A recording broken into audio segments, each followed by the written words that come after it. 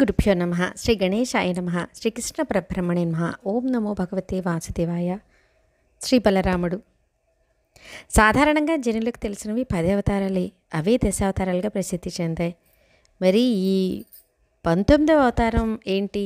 దీనికి సమాధానంగా భాగవతం అవతారాహ్య సంఖ్యేయ హరేః సత్వనిధేర్జి ద్విజ అని పలికింది. అంటే శ్రీహరి అవతారాలు అసంఖ్యాకములు. ఆయా యుగాలలో ప్రత్యేకమైన ప్రయోజనం కొరకు అవతారాలు ఉద్భవిస్తుంటాయి. వాటిలో 22 అవతారాలని శ్రీమద్ భాగవతం వరుసగా వర్ణించింది. వాటిలో 19వ అవతారం శ్రీ బలదేవుడు. ఏకోన వింశే వింశతి మే వృష్ణిషు ప్రాప్య జన్మని రామకృష్ణావితి భువో భగవాన్ హరద్భరం. ఏకోన వింశే అంటే 19వ అవతారంలో అని అర్థం. వింశతిమే అంటే 20 అవతారంలో అని భావం. 19వ అవతారం బలరాముడు, 20వ అవతారం శ్రీకృష్ణుడు. కానీ ఈ శ్లోకంలో భగవాన్ అనే పదం వాడబట్టడం వల్ల బలరామకృష్ణులు ఇరువురు సాక్షాత్తుగా భగవానుడని నిరూపితమవుతున్నది. భూభారాన్ని తొలగించడానికి వారు అవతరించారు. కృతవాన్ కిల కర్మాణి సహ రామేణ కేశవ అతిమత్తాని భగవాన్ గూఢ కపట మానుష. దేవదేవుడైన శ్రీకృష్ణుడు బలరామునితో కూడి కపట మానుష రూపంలో ఏ కర్మల్ని చేసేటివారో వారు ప్రశ్నించారు. దేవదేవుడు స్వయంగా వృష్టివంశంలో బలరామకృష్ణులుగా అవతరించి భూభారాన్ని తొలగించాడు. ఇదే మనకు ఈ విషయం వారి లీలల్లో అడుగడుగునా కనపడుతుంది. శ్రీ బలరాముని అవతార విశేషాలు 10వ స్కందంలో వస్తాయి. రోహిణి తనయునిగా ప్రసిద్ధి చెందిన బలరాముడు దేవకీ తనయునిగా కూడా తెలియబడ్డాడు. మరి ఇరువురి తల్లులకు అతడు పుత్రుడు కావడం ఎలా సంభవమో అనేది పరీక్షిత్తు ప్రశ్న. ఈ విధంగా పరీక్షిత్తు అడిగిన పలు ఇతర ప్రశ్నలకు సమాధానంగా సుఖమహర్షి శ్రీకృష్ణ కథామృతాన్ని 10వ స్కందంలో పంచిపెట్టారు.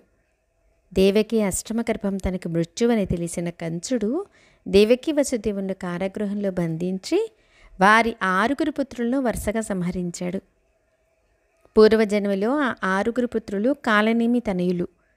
వారే షడ్గరులని తెలియబడినారు.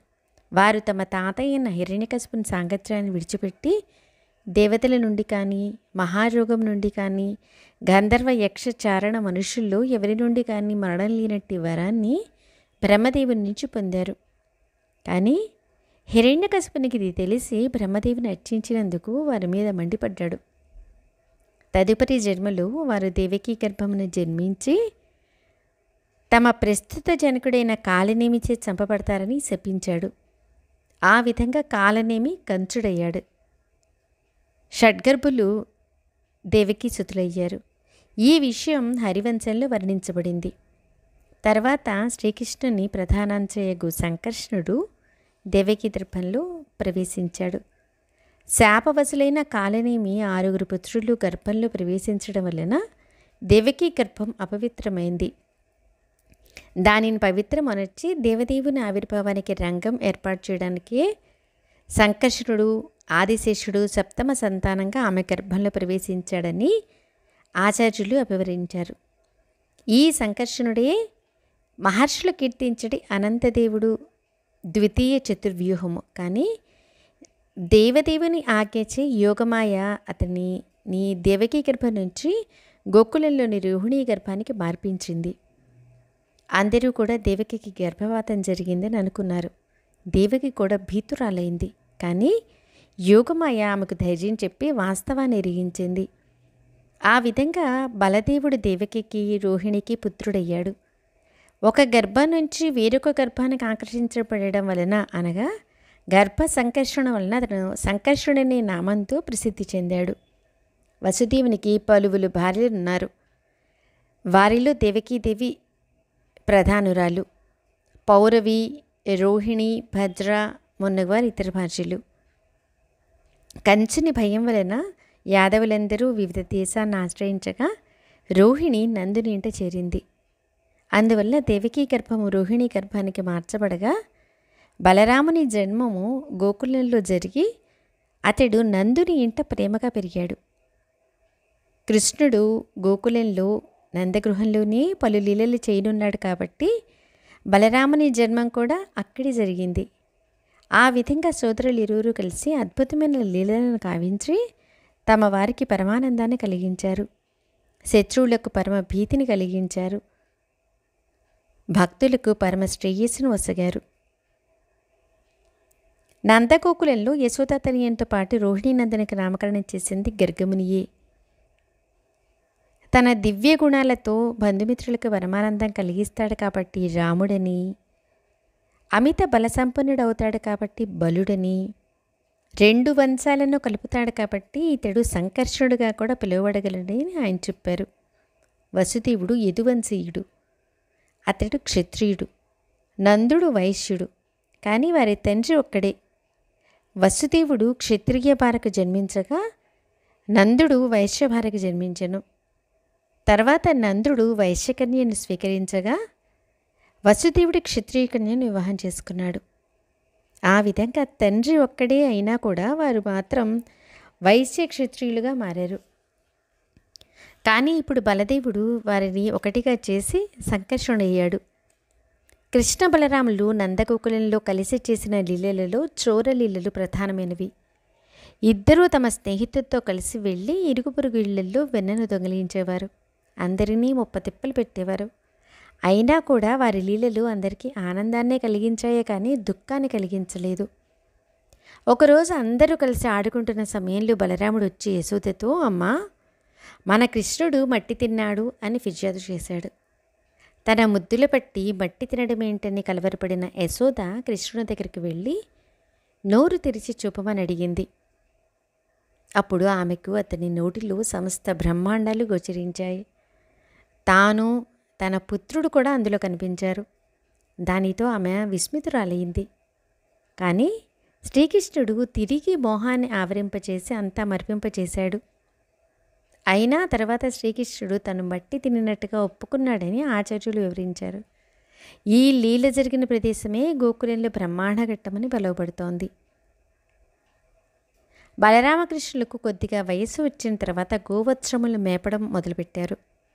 పొద్దున్నే తమ లేగదూడలను తీసుకొని చద్దిమూటలను కట్టుకొని అసంఖ్యాక గోప స్నేహితులతో వారు గోవర్ధన పర్వతం దగ్గరికి వెళ్ళేవారు. లేగదూడలను మేపుతూ పరమానందంతో ఆడుకునేవారు. గోవర్ధనుడు వారికి కావలసిన పళ్ళు, నీళ్లు, నీడ అన్నీ ఇచ్చేవాడు. అందుకే శ్రీకృష్ణునికి గిరిరాజు గోవర్ధనుడు అంటే పరమ ప్రియము. ఒకరోజు బలరాముడు లేకుండానే శ్రీకృష్ణుడు మిత్రుడితో కలిసి వనానికి వెళ్ళాడు. ఆ రోజు బలరాముని పుట్టినరోజు. ఆ రోజే అఘోరసరుడు అనే రాక్షసుడు రావడం, శ్రీకృష్ణుని ప్రభావంతో వాడు మరణించడం, చంద్రులు ఆరగించినట్టు గోపబాలను బ్రహ్మదేవుడు అపహరించడం, శ్రీకృష్ణుడే అన్ని రూపాలు తానే సంవత్సర కాలం విహరించడం, దాని ద్వారా బ్రహ్మకు విమోహాన్ని కలిగించడం జరిగింది. ఈ లీల బలరాముని తరువాత సంవత్సరం పుట్టినరోజు వరకు సాగింది. ఈ బ్రహ్మ విమోహన లీల తర్వాత కృష్ణ బలరాములు పోటీపడినట్టు లీలలను చేశారు. శ్రీకృష్ణుడు సంవత్సర కాలం అంతా తానే వర్తించి బ్రహ్మకు విమోహాన్ని కలిగించిన తర్వాత బలదేవుడు ధేనుకాసురుణ్ణి సంహరించాడు. దేవతలకే భీతిని కలిగించే ధేనుకుని అతడు ఒక్క చేత్తో గాలిలో గిరగిర తిప్పి వధించాడు. గార్ధప రూపంలో ఉన్నట్టి ధేనుకుని ఇతర బంధువులు పరుగులతో రాగా సోదరులిద్దరూ కలిసి వారిని కూడా గాలిలో తిప్పి వధించారు. అట్టి అద్భుతమైన కార్యాన్ని చూసి దేవతలు పుష్పవృష్టి కురిపించారు. ఈ లీల తర్వాత గోపబాలురు గోవత్సాలు విషపూరితమైన కాళింది జలాలను తాగి మరణించడం, శ్రీకృష్ణుడు తన కృపా దృష్టితో వారిని తిరిగి బతికించడం జరిగింది. ఆ దేవదేవుడు కాళీయుని దర్పాన్ని కూడా అణచి యమునా నది నుండి సర్పాన్ని సాగరానికి తరిమివేశాడు. శ్రీకృష్ణుని ఈ లీల కాగానే బలరాముడు ప్రలంబాసురుని వధించడం జరిగింది. గోపబాలుని రూపంలో వచ్చి గోపబాలుడితో కలిసి ఆ దానవుని బలరాముడు తన అమోఘమైన బలంతో సంహరించాడు. బలరాముని ఈ లీల తర్వాత శ్రీకృష్ణుడు దావాన లభక్షణ లీలలను చూపి గోవులను గోపాలను రక్షించాడు. ఈ విధంగా కృష్ణ బలరాములు ఇరువురు అద్భుతమైన లీలలను చూపించి గోపబాలులను అనంతమైన ఆనందకుండంలో ముంచారు. ఆ లీలలను వినిన వ్రజవాసులు కూడా ఎంతో ఆశ్చర్యపడి పరమానందపడ్డారు. ఎందుకే ఇది నందాదయో గోపాహ కృష్ణరామ కథాముద అని చెప్పబడింది. నందాది గోపులు ఎల్లప్పుడూ కృష్ణ బలరాముల కథలనే చర్చించుకునేవారు. ఆ విధంగా దివ్యానందంలో రమిస్తున్న వారికి భావవేదనం ఏమిటో అనుభవానికే రాలేదు అని శుకుడు పరీక్షితుతో పలికారు. బృందావన నుండి అక్రూరునితో పాటు మధురకు వెళ్ళిన శ్రీకృష్ణ బలరాములు అక్కడ కూడా ఎన్నో అద్భుత కార్యాలు చేశారు. మల్లయుద్ధ రంగంలో బలరాముడు అతి బలశాలి అయిన ముష్టికుని వధించాడు. శ్రీకృష్ణుడు చాణురుని వధించాడు. కంస వధానంతరము ఇరువురు తమ తల్లిదండ్రుల కారాగార విముక్తుల్ని చేశారు. పుత్ర ప్రేమను వారు అనుభవించే అవకాశాన్ని కల్పించారు. ఇంతవరకు ఒక్కొక్క రాక్షసుణ్ణి వధిస్తూ వచ్చిన కృష్ణ బలరాములు పెద్ద సంఖ్యలో దానవులను దుర్జనులను వధించి భూభారాన్ని తగ్గించే కార్యాన్ని ఆరంభించారు.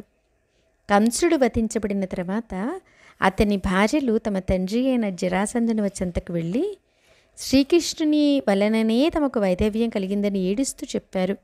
అప్పుడు జరాసంధుడు తీవ్ర క్రోధంతో ధరణిని యాదవరహితం చేస్తానని ప్రతిజ్ఞ పూని 23 అక్షోణుల సైన్యంతో మధురను ముట్టడించాడు.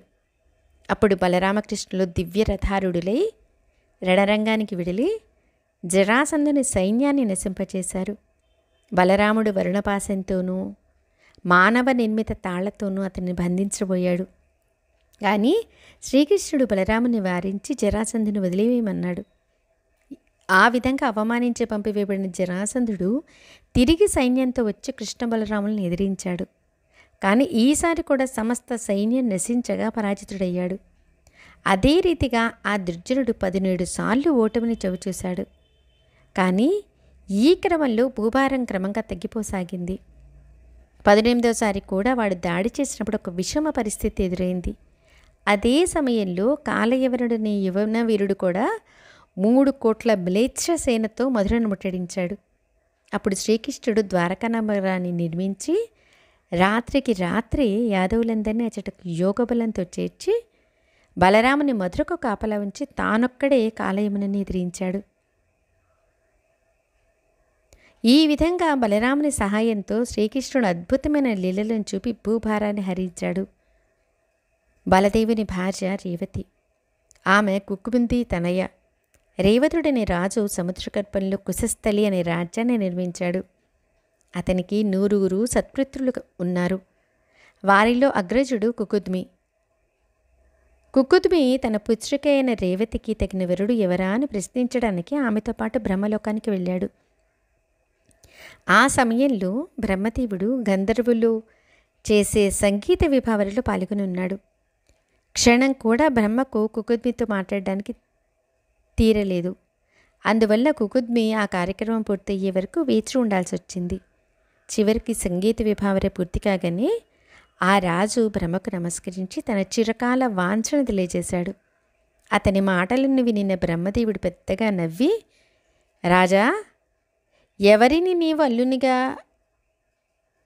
ఎంచుకున్నావో అతడిప్పుడు కాలగర్భంలో కలిసిపోయాడు. ఇప్పటికే నీవు వచ్చి 27 యుగ చక్రాలు గడిచిపోయాయి. నీవు ఎవరిని నిర్ణయించావో వారే కాక వారి పుత్రులు పౌత్రులు అనేక తరాల వారు కూడా గతించిపోయారు. వారి పేర్లు కూడా నీకు వినిపించవు. కాబట్టి నీ కన్యను నీవిప్పుడు బలదేవునికి సమర్పించుము. సాక్షాత్తుగా దేవదేవుడే ఇప్పుడు ఆ రూపంలో అవతరించాడు అని చెప్పాడు. ఆ మాటలు విని కుకుద్మి సంతోషించి బ్రహ్మకు నమస్కరించి తన రాజ్యానికి తిరిగి వచ్చాడు. ముందుగా తెలిపినట్లు అతనికి వారు ఎవ్వరూ కనిపించలేదు. అప్పుడు ఆ రాజు తన సౌందర్యవతి అయిన కుమార్తెను పరమబలశాలి అయిన బలదేవునికి సమర్పించి బదరికాశ్రమానికి వెళ్ళిపోయాడు. ఒకసారి బలరాముడు నంద యశోదాది బంధువులను చూడటానికి బృందావనానికి వెళ్ళాడు. అతనిని చూడగానే అందరికీ ప్రాణం వచ్చినట్లయింది. నంద యశోదలు అతనిని ఆలింగనం చేసుకొని ఆశీర్వదించారు. బలరాముడు బంధుత్వాన్ని అనుసరించి సర్వులతో వివిధ ప్రకారములుగా వ్యవహరించి కుశల ప్రశ్నలు అడిగాడు. అక్కడే అతడు 2 మాసాలుండి గోపికలతో కలిసి బృందావన కుంజంలో విహరించాడు. ఒకసారి వారుణిని తాగి వనంలో సంచరిస్తున్నప్పుడు జలక్రీడ చెయ్యకొరి అతడు యమునను తన వద్దకు పిలిచాడు. అతని ఆదేశాన్ని యమున ఉపేక్షించింది. దానికి క్రుద్ధుడైన బలదేవుడు తన హలాయుధంతో యమునా నదిని 100 చీలికలుగా చేసివేయడానికి సిద్ధపడ్డాడు. దానితో భయకంపిత అయిన యమున అతని పాదపద్మలపై పడి క్షమాపణ వేడింది. స్తుతించి తన తప్పును మన్నించమని వేడుకుంది. అప్పుడు బలదేవుడు ఆమెను క్షమించి తన చెంతకే వచ్చేటట్టు ఆ జలంలో వనితలతో కలిసి క్రీడించాడు. యమునా నది ఇప్పటికీ నాగటిపోటు చిహ్నములు కలదే బలరాముని పరాక్రమను సూచిస్తున్నది. వహసి వపుషి విశదే వసనం జలధాభం హలహతి భీతి మిత్రుల యమునాభం కేశవధృత హలధార రూపం జయ జగదీశ హరే. ఓ కేశవ, ఓ జగదీశ, హలాధార బలరాముని రూపమును ధరించిన ఓ హరి, నీకు జయము జయము. ఉజ్వలమైన ధవళవర్ణ దేహముపై నీవు నవనీరద వర్ణవస్త్రములు ధరించితివి. అవి నీ హలాయుధ ఘాతమునకు మిగులు భీతి చెందిన యమునా నది యొక్క సుందరమైన శ్యామల వర్ణమును కలిగి ఉన్నవి. బలరాముని పరాక్రమాన్ని వర్ణించే వేరొక లీల ఈ విధంగా ఉంది. జాంబవతి తనయుడైన సాంబుడు ఒకసారి దుర్యోధన పుత్రిక లక్ష్మణను స్వయంవర మంటపం నుండి అపహరించగా కౌరవులు అతనిని బంధించడానికి ప్రయత్నించారు. సాంబుడు వీరోచితంగా వారితో పోరాడాడు. కానీ చివరకు కౌరవులు అతని ధనస్సును విరిచి రథాన్ని ధ్వంసం చేసి బందీని చేసిన వారై హస్తినాపురానికి తీసుకుని వచ్చారు. ఇది తెలిసిన యాదవులు కౌరవులపై యుద్ధానికి సన్నద్ధులయ్యారు. కానీ బలరాముడు ఇరుపక్షాల వారికి హాని కలగకూడదనడి సంకల్పంతో యాదవుల్ని శాంతింపచేసి కౌరవులతో మాట్లాడడానికి బ్రాహ్మణులతో కలిసి వెళ్ళాడు. హస్తినాపురం చేరుకున్న తర్వాత ఒక ఉద్యానవనంలో విడిది చేసి ఉద్ధవుని తన దూతగా ధృతరాష్ట్రుని చెంతకు పంపాడు. అతని వెంట కౌరవులు విడిదికి విచ్చేసి బలదేవుని పూజించారు. తర్వాత బలరాముడు వారితో, మీరు అధర్మ యుద్ధంలో సాంబుని ఓడించి బంధించారు కాబట్టి పరస్పర హితమును ఆలోచించి అతను నాకు అప్పచెప్పమని ఉగ్రసేనుడు మేము ఆదేశించాడు అని పలుకగా కౌరవులు కుపితులై నోటికొచ్చిన మాటలు పలికారు. దానితో పరమ క్రుద్ధుడైన బలదేవుడు ధరణిని కౌరవరహితంగా చేస్తానని పలుకుతూ హస్తినాపురాన్ని పెళ్లగించి గంగలో కలిపే కార్యానికి ఉద్యుక్తుడయ్యాడు. తన హలాయుధాన్ని హస్తినాపురం యొక్క దక్షిణ దిక్కున గుచ్చి పైకెత్తపోయాడు. ప్రళయాన్ని పోలిన ఆపదను గమనించిన కౌరవులు బలదేవుని శరణు పొంది అతని అభీష్టాన్ని తీర్చారు. తరువాత దుర్యోధనుడు తన పుత్రికను సాంబునికి సమర్పించాడు. ఆ విధంగా బలదేవుడు సాంబుని అతని పత్నిని తీసుకుని ద్వారకకు వచ్చి అన్ని వివరాలు తన వారికి ఎరిగించాడు. బలరాముని మహాపరాక్రమాన్ని సూచిస్తూ నేటికి హస్తినాపురం యొక్క దక్షిణ భాగము సమున్నతంగా కనపడుతున్నది. అనంతుడు ఆదిశేషుడైన బలరాముని లీలలు అనంతములు. ఆ లీలామృత సాగరంలో ఏదో ఒక్క బిందువుని మనం రుచి చూడగలము, కానీ దాని తీరం మనకు గోచరించదు. భాగవతంలోని 10వ స్కందంలో బలదేవుని పాత్ర అడుగడుగునా వస్తుంది. కృష్ణుడు ఏర్పాటు చేసిన పథకం ప్రకారం అర్జునుడు సుభద్రను అపహరించినప్పుడు బలరాముడు క్రుద్ధుడై అతనిని సంహరింపదలిచాడు. కానీ శ్రీకృష్ణుడు బలరాముని పాదాలపై పడి ప్రార్థించగా అతని కోపం తొలగిపోయింది. తర్వాత సుభద్రార్జునుల వివాహానికి అతను ఒప్పుకున్నాడు. సుభద్రార్జునుల తనయుడే అభిమన్యుడు. అభిమన్యుని తనయుడు భాగవత నాయకుడైన పరీక్షిత్ మహారాజు. అభిమన్యునికి మేనమామ కాబట్టి బలదేవుడే అతనికి అంత్యక్రియలు చేశాడు. కురు పాండవుల వ్యవహారంలో తటస్థ వైఖరిని అనుసరించిన బలరాముడు కురుక్షేత్ర రణ సమయంలో తీర్థయాత్రకు వెళ్ళిపోయాడు. ఆ సమయంలో అతడు రోమహర్షుని వధించడం, తర్వాత అతని పుత్రుడు సూతునికి పురాణ ప్రవక్తగా దివ్య వరదానం చేయడం, ఋషుల ప్రీత్యర్థం బలవులను వధించడం వంటి లీలలను చేశాడు. కురుక్షేత్ర యుద్ధం తర్వాత దుర్యోధన భీములకు గదాయుద్ధం జరిగే సమయంలో బలదేవుడు ఆ స్థలంలోనే ఉన్నాడు. భీముడు దుర్యోధన్ని ఉరువులపై కొట్టినప్పుడు ఆ కార్యాన్ని మెచ్చని బలదేవుడు దానికి ప్రతీకారం చేయి సిద్ధపడ్డాడు. కానీ శ్రీకృష్ణుడే బలదేవుని క్రోధాగ్ని నుండి భీముని రక్షించాడు. చివరకు బలరాముడు ఒక తెల్లని సర్పాన్ని నోటి ద్వారా సృష్టించి ఈ జగత్తు నుంచి నిష్క్రమించాడు. ఆ విధంగా సర్పరూపంలో శేషనాగుచే బలదేవుడు స్వధామానికి చేరాడు. శ్రీ బలదేవుని అనుగ్రహం లేనిదే ఎవ్వరూ భగవంతుని తెరుచుకోలేరని వేదాలు పలుకుతున్నాయి. బలదేవుని వల్ల సంప్రాప్తమయ్యేటి బలము ఎన్నడూ వృధా కాదు. ఆధ్యాత్మిక శక్తి నిత్యమైంది కనుక బలరాముడు అందరికీ ఆది గురువై ఉన్నాడు. జై బలదేవ.